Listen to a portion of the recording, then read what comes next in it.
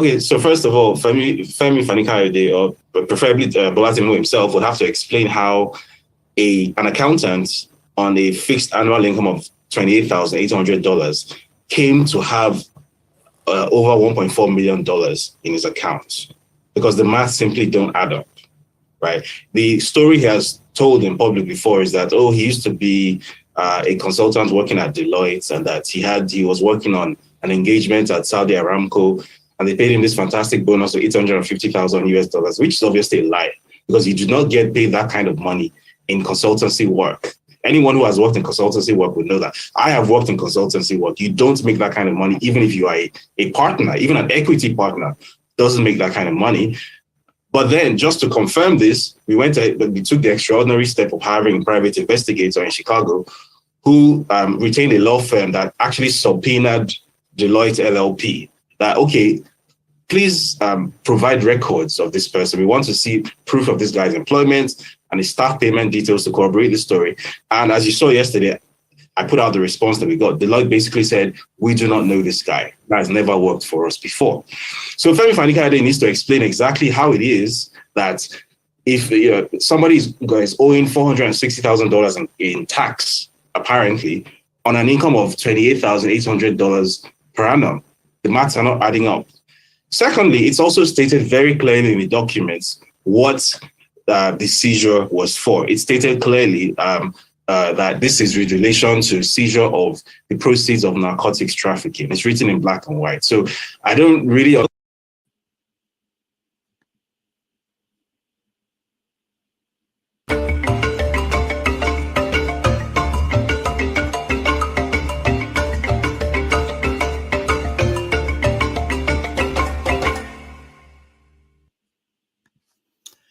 Hello. Over 56 civilians died in Sudan last week following a clash between the Sudanese army and a notorious paramilitary force. The battle over the presidential palace, state TV, and army headquarters, amongst others, saw residents of the capital, Khartoum, dodging bullets. The conflict results from disagreements over the proposed transition to civilian rule.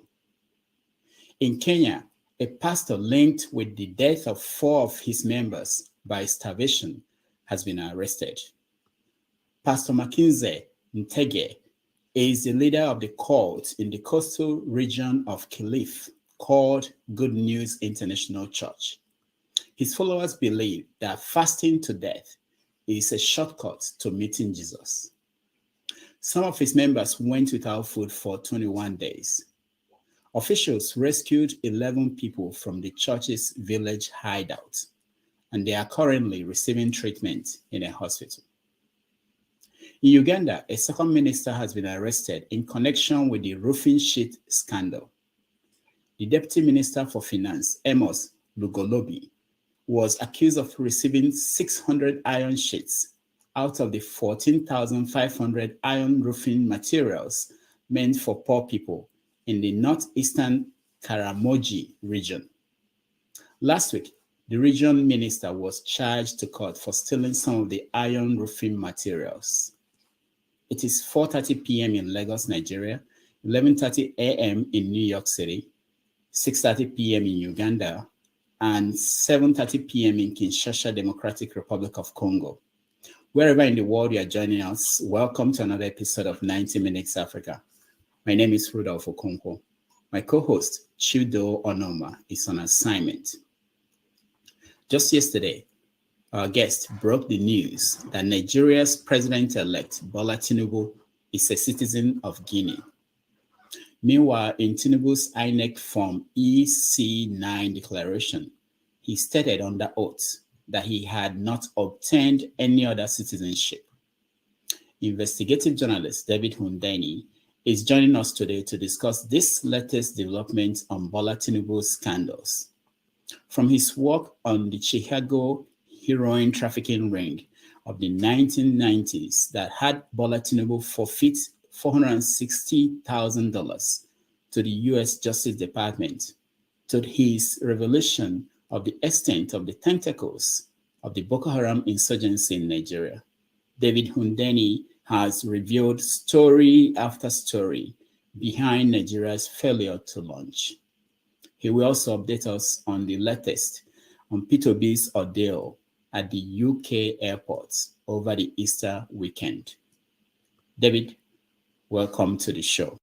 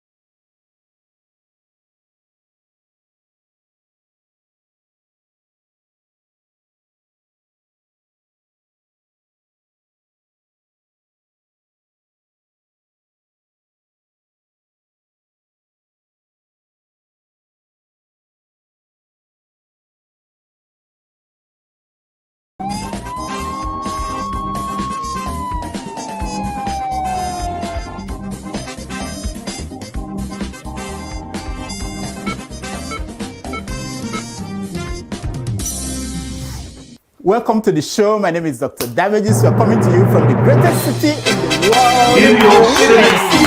Yes, New York City is so great that the district attorney who indicted, arrested, and paraded former President Donald Trump has received over 1,000 death threats since that time. Yes, Alvin Braggs has been called all manners of names since the indictment. One was Soros-backed animal. Now, that one was from Donald Trump himself, you know. Other names are monkey, AIDS-infested monkey, the N-word, the F-word, the C-word. A Trump supporter wrote him personally saying, "We are everywhere and we have guns." But the one that blew the man's mind was when Donald Trump called him a fascist. Wait a minute. I'm so sorry. I think I'm confusing so many things. You know, I think that was someone else. No? Was it someone else? Now, let me talk about something more interesting. The Dalai Lama is in dilemma. Hey, Sasha, tweet that out. Take a look at the video.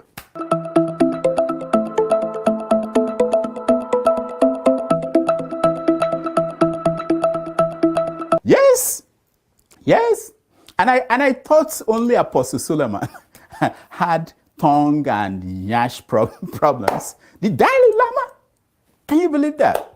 Anyway, there in the video, the Dalai Lama was asking that little boy to suck his tongue. I don't know about Tibetan culture. Maybe in Tibet, old men telling kids, suck my tongue. It's like in Africa where old men will tell kids, pull my fingers. I don't know. But if it is legal, why was the holy man apologizing? Why? Look at his tweet. Now, of recent, I've become suspicious of holy men. Holy men. It's a recent thing. You know, the other day, Pope Francis said in a documentary that sex is a beautiful thing God gave to human beings. And it's normal to meet people on Tinder. Do you know what they call Tinder? I have no idea. The Pope knew. And my question is this: how did the Pope know? Pope Francis, how do you know? Have you tried it before? Do you have a profile on Tinder? Is that what you do when you are not praying? Now, the only part of Pope Francis' observation that I agree with was when he said that the Catholic Church's teaching about sex is still in diapers. Hey! Tweet it out, Sasha, please. On our show today, we are going to tell you about things that we know and the ones that we do not know. And those ones, we call them by their proper name. Fascism. Come on, bring the woman to tell us how to say it. We are very too good. We are very too nice. We very too good. Oh, nice. Oh, nice. Ha ha. There is a big debate coming up Are you ready? It is the mother of all debates. Take a look. Professor Shoyinka has now stated that he would be willing to offer himself for an open live debate with Labour Party vice presidential candidates. Yeah. Yes, the world has changed. It's a different new world. No.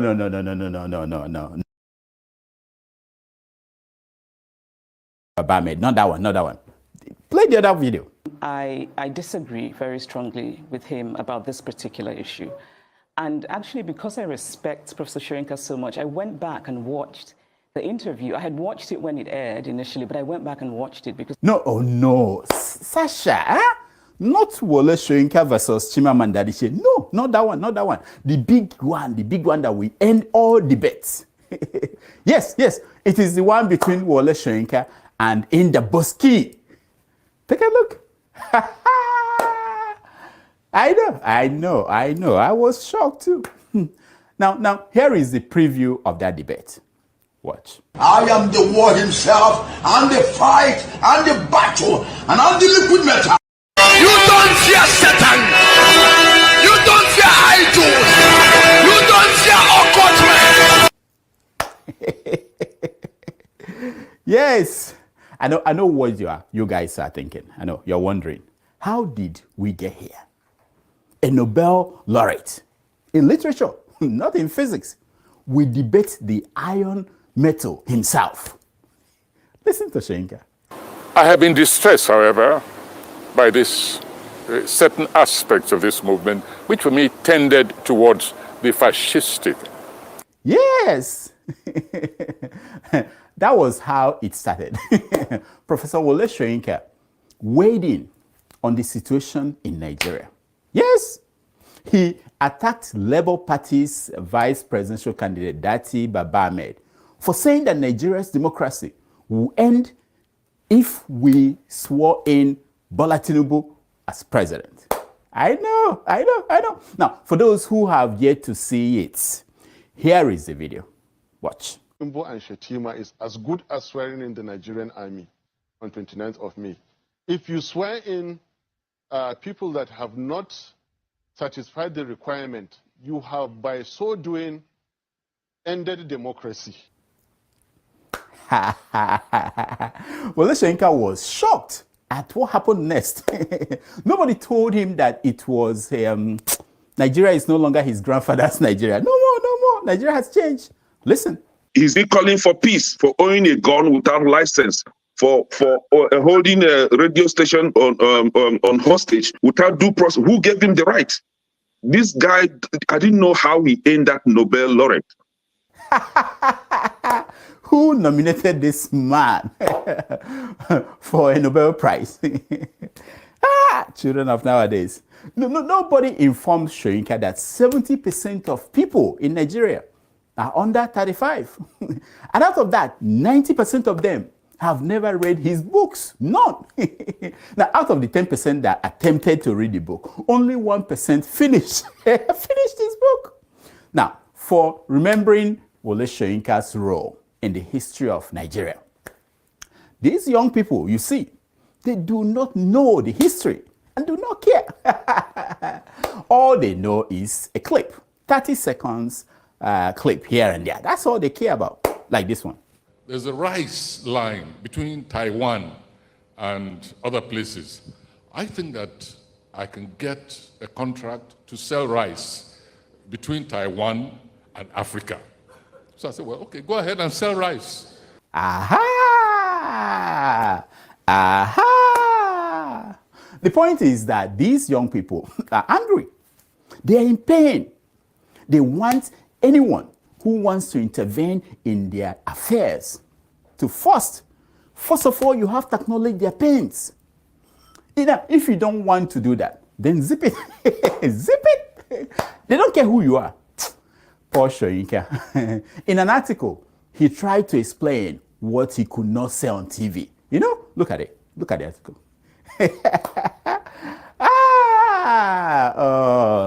He needs an advisor, a young person to advise him. Unfortunately, Soyinka wrote the article in the Old English. And there was nobody to interpret it for young people. Nobody. And he's been wondering, what happened? What changed? Hey! Africa, who did this to us? Who did this to us? Pity the man. Pity the man. He's 88. Your grandfather. It's your grandfather appearing on TV at 88. Pity the man. Come on. So, one writer who watched Soyinka's interview openly disagreed with the Nobel laureate. Unbelievable. Take a look. I disagree very strongly with him about this particular issue. And actually, because I respect Professor Soyinka so much, I went back and watched the interview. I had watched it when it aired initially, but I went back and watched it because...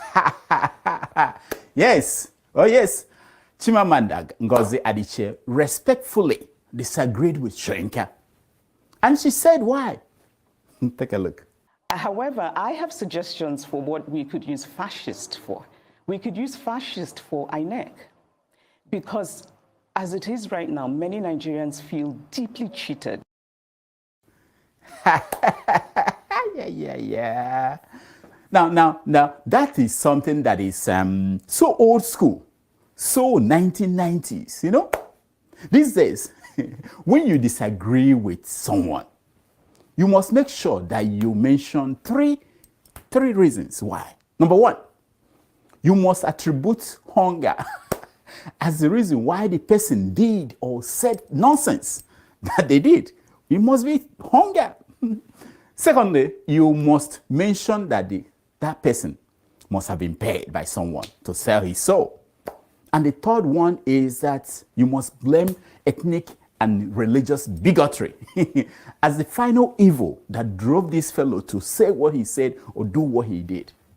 Once you do that, your job is done. Now, Adichie, on the other hand, had written the US President, Joe Biden, an open letter. Yes, Obasanjo virus. In the letter, he told Joe Biden not to recognize Bola Tinubu as president-elect. Take a look. Yes, Atlantic magazine. Yep, big magazine. That was it. Bola Tinubu's supporters called her all sorts of names. Some called her an ethnic bigot. Hey, some said that she was not talented. What? I was surprised.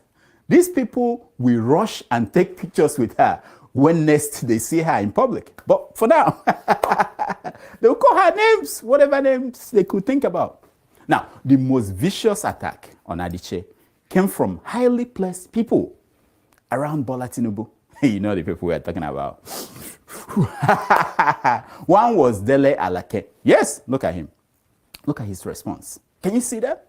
The other came from Femi Fani-Kayode. Hey! Listen to this guy. Tinubu needs to call all his attack dogs back to the cage. In attack, I've come from Keyamo, I've come from Bayo Ononuga, I've come from Dele Alake. Chimamanda said this when asked what she thought about the attacks on her. Listen to what she said. I've seen a few things people have sent to me, and it's kind of been amusing to read the juvenile fulminations of non-juvenile people. Wow. Wow. Now, I don't remember my figures of speech, but isn't fulmination a form of fascism? Is that not? Africans, who did this to us? Who did this to us? So, Bola Tinubu, APC, and INEC, they have responded to the case filed at the tribunal by Peter Obi and Atiku Abubakar. Look at it. Listen to the story. The APC, in its notice of preliminary objection, asked the tribunal to dismiss the petition with substantial cost for lacking in merit and being frivolous. In the case of Peter Obi, APC said that the tribunal should dismiss the case. The All Progressives Congress has asked the Presidential Election Petition Tribunal to dismiss the petition filed by the Labour Party and its presidential candidate, Peter Obi. In the case of Atiku Abubakar, APC, they said that the whole case was a waste of time and should be dumped inside the dustbin. The APC, in its notice of preliminary objection, asked the tribunal to dismiss the petition with substantial cost for lacking in merit and being frivolous. And they gave reasons. Watch. The APC prayed the court to dismiss the suit on the ground that Mr. Obi, the first petitioner, lacked requisite locus standi because he was not a member of Labour Party at least 30 days to the party's presidential primary. Now, one exciting part of the case was that APC finally acknowledged that Bola Tinubu forfeited $460,000 to the US as proceeds from drug-related transactions. now, they said that it wasn't Tinubu himself. It was just an account with his name, you know? not him himself, account in his name. People say that they do not have any option after Uber Facts put it out there for the world to see. Look at the tweet. Yep. So anywhere Bola Tinubu's name is mentioned now in the world, it will be associated with drug money. Hey, you are president-elect. I tell you, this case should be made public, televised. You know what I mean? Let us watch lawyers talk. It may rewire the brains of children of nowadays so that they, the last 10 years, they've spent it watching Big Brother Niger. That is their idea of high society. They will watch lawyers perform in courts and the quality of our debates may change. Now, that could be a good outcome. Don't you think so? As for Governor Umahi of Ebonyi State, did you hear what he said? Oh, he said, no power could remove Tinubu. No power. That those in court are wasting their time. Look at the headline. Yes. Now, that is what I call fascism. That's it. What did they say, the vice president of Labour Party? What did they say he said? Nonsense. Next. Did you hear that UK immigration officers detained Peter Obi in London on Good Friday? For 4 days. Good Friday. What was his offense? There was a duplicate. No, I'm not kidding. Hanging around in the UK. Duplicate Peter Obi. Look at the story. According to the story, somebody was traveling up and down the UK claiming to be Peter Obi. Now, this news shocked everyone. People were asking, what propaganda would these people not employ? The only person not surprised was Omoyele Sowore. Here is his reaction. Take a look. Yes! Sowore thinks that something is not adding up in this story. Now, for the record, Obi and Peter are common names in the Southeast. So I'm sure there are so many Peter Obis in the UK. The UK immigration was worried that this particular Peter Obi could not answer a simple question, a simple immigration question. like what is your address in London, without adding yes daddy. Yes daddy. At the end of the day, that was when they became suspicious. Now, trust the Labour Party. They immediately issued a statement that said that Peter Obi's life was in danger. Look at the headline. The party said that an impersonator could commit a serious crime and make it look as if the original Peter Obi committed it. I understand their fears, but there is an easy way to find out. Tickle his armpit. If he doesn't say, thank you, daddy. No, that's not the voice. Thank you, daddy. Then that must be a fake Peter Obi. That's how you find out. I don't know why people make big deal about these things. Nonsense.